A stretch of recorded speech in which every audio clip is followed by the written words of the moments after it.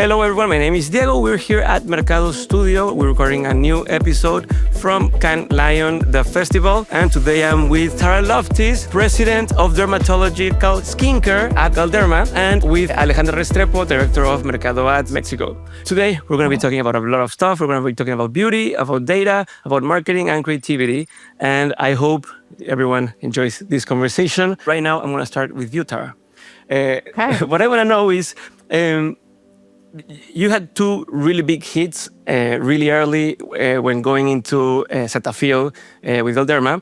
It's like a great thing. It was your first weeks and you like okayed a very big project or like initiative, and it was a bet, you know? It went well, and then you doubled the bet, yeah. And it went well again. And I would like just to touch in a little bit of what type of insights do you have to do that?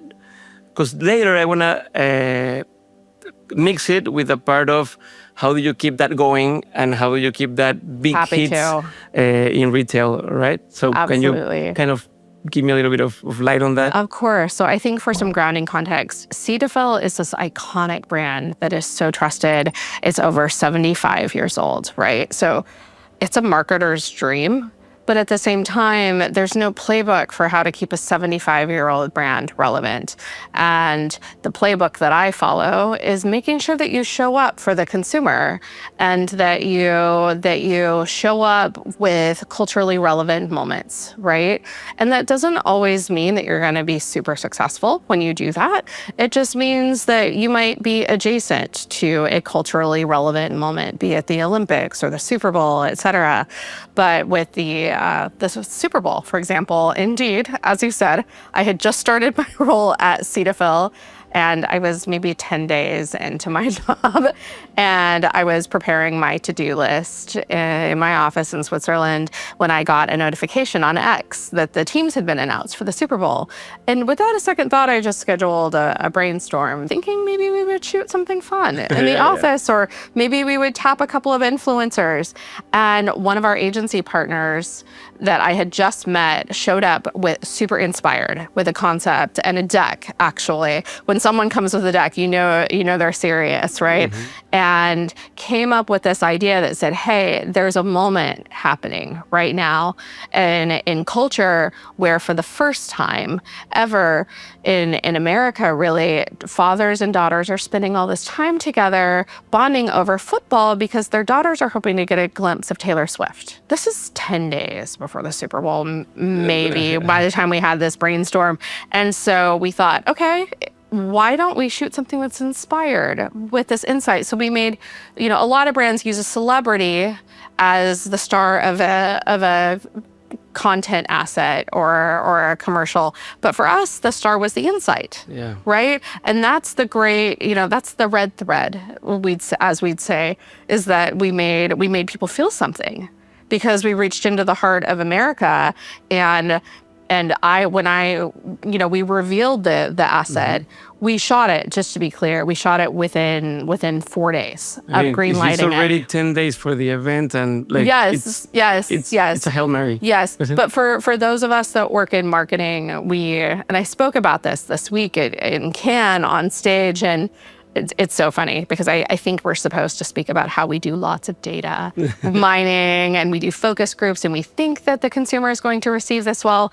The truth is that for those of us that have been doing this a long time, you just know with every fiber of your being when an idea is going to work and you get super excited about it. And so I greenlit this idea in this meeting. Within 24 hours, we were casting, setting up operations. Within 4 days, we had shot this asset in New York and New Jersey. We had casted a real father-daughter duo, and then we revealed it on social media, and we went to bed. And when I woke up, we were the number 5 trending topic on X, and this was before Cetaphil had an X account. set up. And so I immediately started messaging my team. Like, what are they gonna tag? We need to update the cover photo, etc. And so we very quickly worked with our legal team and with X, and we have a very successful X account now. but I think for that, and my mom messaged me. She said Maria Shriver is posting about this, saying that she's got tears in her eyes over this asset. And it was such a learning, because so often we talk about our products, and rightfully so, right? We're talking about how to sell our products and be benefit first and solution oriented, but it's okay to reach into the hearts of the consumer. And that's how you can truly build brand affinity. So what started as a viral bet, literally, was something that we spent very little money on. Originally, we weren't planning on putting any media behind it, but because it went viral within 24 hours, we called Dentsu, our global media agency, and said, hey, should we buy at least in one city, And so we did a small buy in Dallas, but it was a test because there are so many brands that are investing 10 to 20 to 30 million dollars on Super Bowl ads. And my learning last year is that you can generate just as much, if not more, earned media with a creative idea. You don't need to try to win with media dollars. And so we were so proud of that. However, it was lightning in a bottle. Right? It was the right moment. It was the right idea. It was the right team. And you set the expectations really high in your team, Oh my God, yeah. So that's why for months people started asking us, and our retailers included, right? Because we were not prepared for that influx of traffic in stores and conversation. And so I would say probably 8 to 10 months out from the next Super Bowl, our retailers were already asking us. I think you were included in that Mercado Libre. Are you going to do this again? And I was really hesitant to say yes, because the bar had been set so high, and I hate to be predictable. Also, and from my perspective, if you don't have the right idea, don't do it just to do it. Yeah.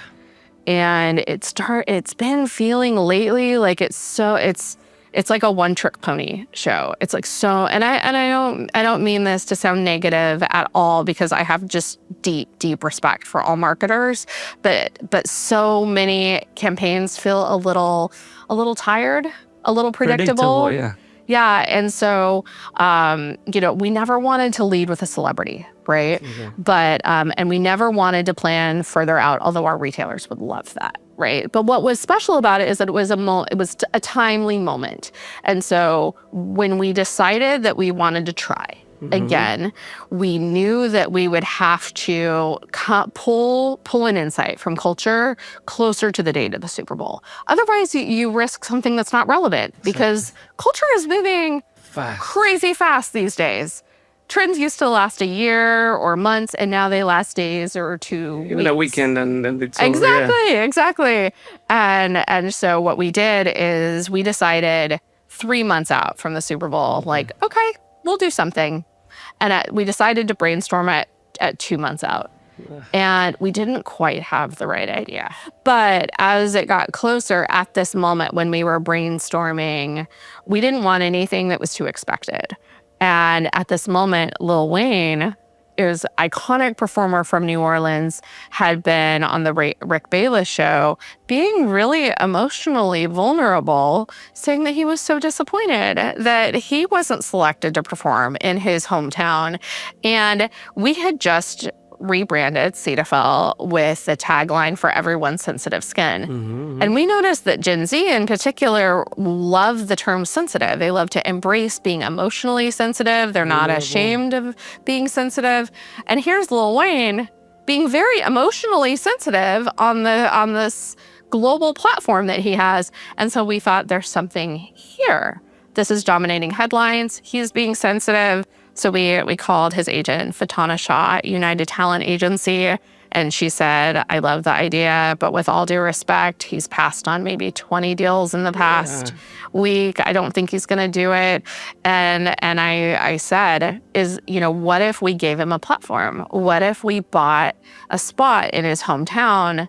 And so, like, we can't give him the halftime show, but we can give him space to honor his hometown. And she sat down with him. We concepted it. He loved it. And it was actually Lil Wayne that came back to us and said, what if I announced my album drop at the end of the Cetaphil ad? And that had never happened before.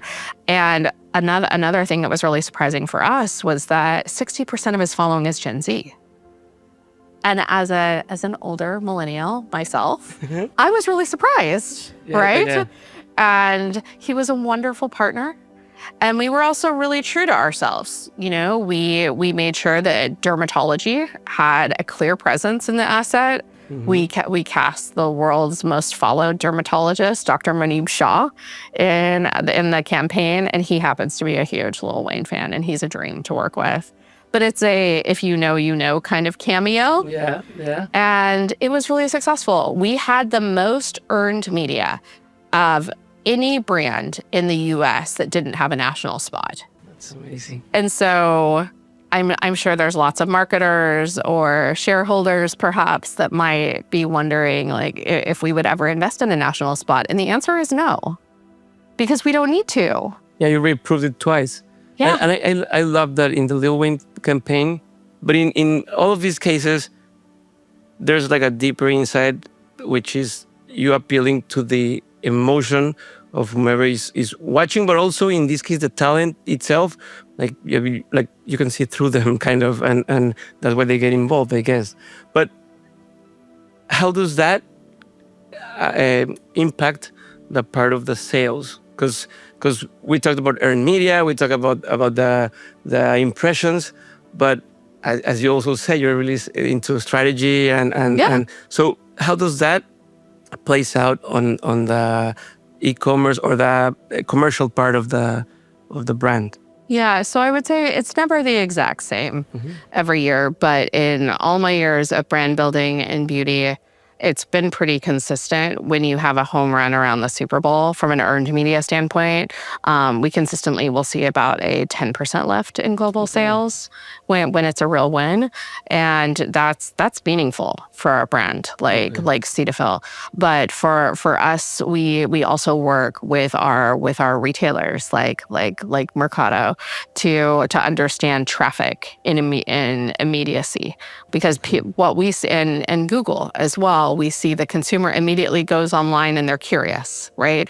They start searching for the brand. And so for us, that's the real barometer. Okay. And so we saw like a 2,000% lift in visits to our product pages over the course of 24 hours. That's amazing. Yeah, it's beyond incredible, and it keeps your brand relevant. So you need a few of these tentpole moments throughout the year, but it's well worth it for a fun viral bet, if you will. So when you're having fun at your job, so it's amazing. I have so much fun at my job.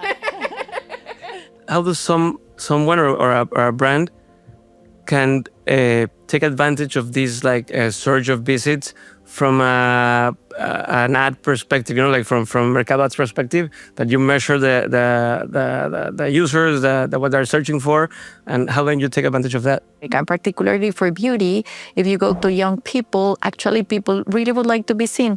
And to be seen implies that you need to be personalized, tailor-made. You need to connect to those cultural moments that might be relevant. We that live in Mexico, Super Bowl is quite relevant for us, right?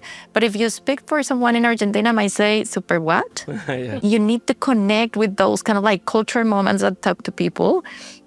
And finally, you mentioned brand analytics and everything that actually goes to the numbers. And for me, what my team is trying to do and what we do in Latin America is to really go at the core of using data across the journey of what a customer buys and what customers are different one to the other. So we have these kind of like audiences that allow us to be kind of like to prepare tailor-made approaches and to let, for example, Tara's team or a creative team to tell a story. storytelling is really important when you are thinking on branding creation.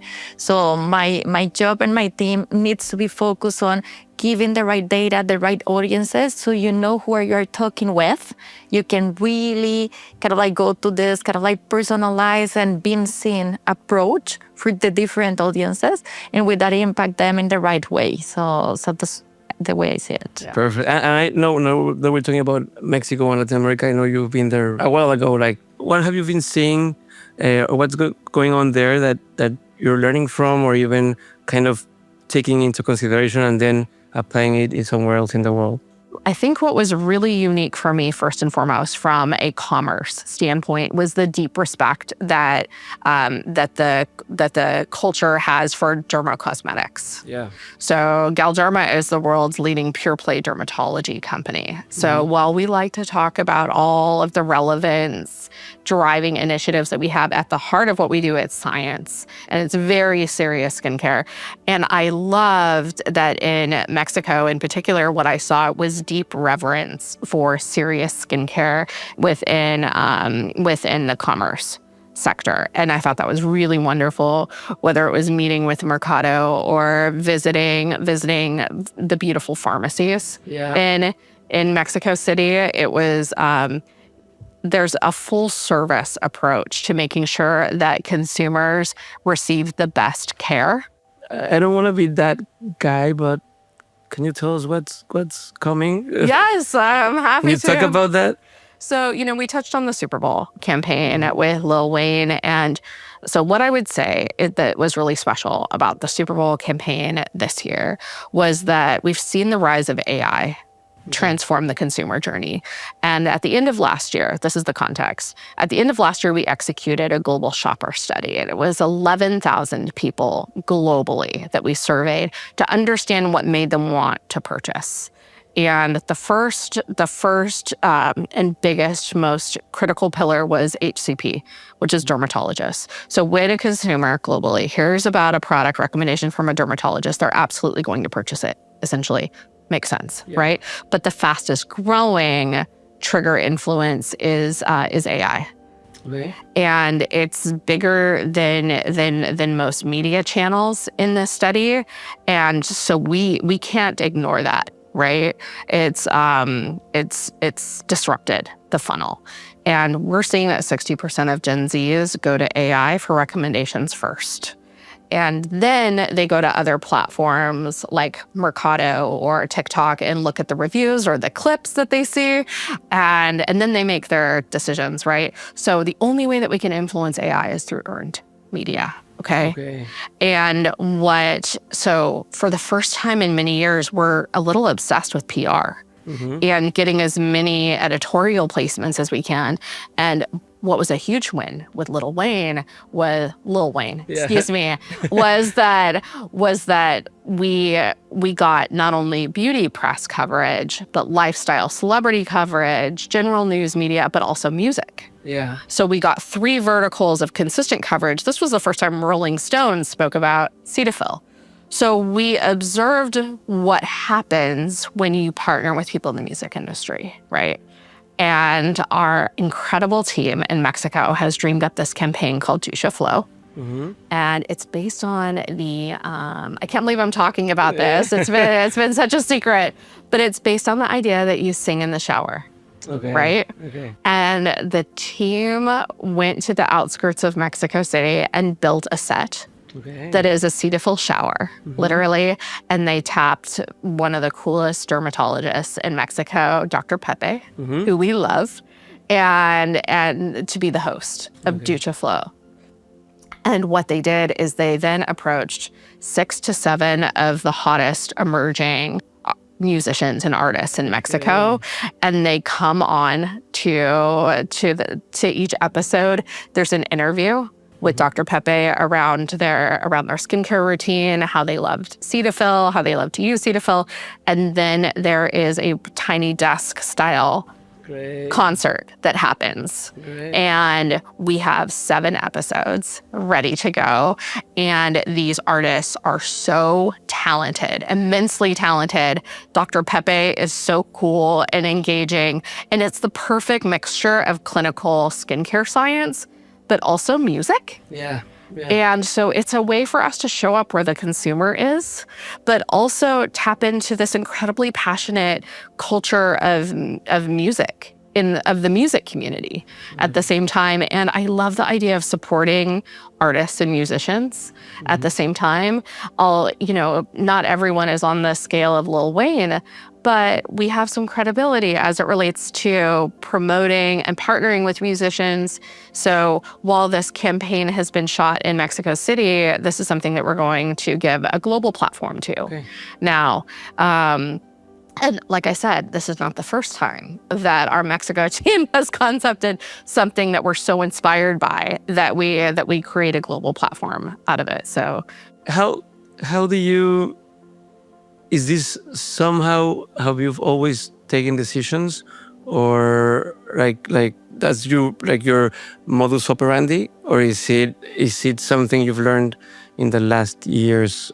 that's a great question. It's actually the opposite of my MO, because oftentimes it makes sense. It's very logical to take a learning like that and think, okay, well, sports is fantastic, so we should do more with sports after we really had a successful Super Bowl initiative. But that doesn't mean that it's right for us. Yeah. And I think for me, I'm a brand purist. And so while I'm also a culture vulture, like I'm constantly scrolling and seeing what's trending all around the world. And I live in Switzerland, so that's work, okay? Yeah. So because what's trending in Switzerland is not what's trending in Mexico or in the US. I'm always asking myself, would this make sense for us, right? So working with Lil Wayne is fantastic, but that doesn't mean it's right for the brand. Okay. But what is right for the brand is two things. It's dermatology, and it's also the fact that Gen Z is our design target. Okay. And so the thought that Gen Zs care deeply about music, it's a huge part of their lifestyle, and there's so much passion behind it. We thought, can we merge the two things? Like, why not? What my MO is, though, is to be chasing white space, to do something that nobody else is doing. I think the second that other brands are doing what you're doing, it's over. Okay. For years, I was investing significantly in red carpet prep, or whether it was in color cosmetics or it was in skincare. I remember going to makeup and hair agencies and being one of the first brands to ask to sponsor artists for skincare prep. And at that time, it was really unique. We partnered, in my last role at Kendo, we partnered with Adele, for her skincare prep. But now, guess what? It's 6-7 years later, and everyone is doing that. So when you go to journalists to cover it, it's less special. Yeah. So I think we have to constantly be asking ourselves what's next. Okay. And I think it's cool to do something that our competitors aren't doing. Perfect. It's a trend 2025 and the rest of the years to take risks. Yeah. But how can we take risks? And this is for both of you. I'll start with Ale right now. How can we take risks on creativity, on doing these new things, avoiding what everyone else is doing, but without risking, lowering the amount of risk there is when reaching these audiences or trying to appeal to new ones? So I think risk movements are part of our daily decisions as leaders, like in general. And what I have seen, I think, of course, I work for a company that one of their kind of like cultural principles is taking risks. Okay. So that taking risks are kind of like take risks that that make sense and that are not kind of like hindering what you are at the core. And I think something that Tara mentioned, that it's kind of like what's good for the brand, what she mentioned was basically what are at the core that I don't want to change, that I really would like to embrace. Having said that, I seen one of my clients, a large brand in Latin America, took a risky decision actually to make some moves with very young population, so Gen Z. And we decided to go with a format that we have never done before, lives. And we use kind of like formats that can be bold and criticized, but we also know that appeal to some cultural moments and like a population or an audience that we really would like to tackle. And the result was great. So actually at the end, we have 5x impact kind of like compared to the category because we were able to do it. So we are using lives, like just a little bit of it. And for example, in Argentina, we wanted to go for skincare for men. Okay. We're Latins. Like we know that that's kind of like a topic that it's trendy, but it's also difficult to position. There will be some cultural things that might tie them up. And it was fantastic. And actually, the way we did it was bold itself. We also have some things that we have done in Mexico. And actually, we launched our music platform in Brazil to actually speak to the Gen Z population. So definitely, I'm thinking that we can do a lot of things together. But beyond that, I think that's a little bit about being risky, but also making sure that you really use kind of like the best information you have to really tackle the with a purpose. So that's more or less what I see. And I think risky decisions will be taken all time. Just make sure that you are not hindering what is at the core of what would you like to have. Perfect. Do you want to add something to that, Tara? What help you the risk? Absolutely. I think that the magic, you mentioned earlier about like, how do you take these moments and bring them to life at retail? And I think the magic is in the partnership at retail. Now we can anticipate, right? Okay. So, and now we've had 2 years of successful cultural integrations around the Super Bowl. So now we're able to have conversations with our retailers like Mercado Libre and say, hey, we don't know what the concept is going to be yet, but trust us when we say we're going to do something relevant in February. Can we book space?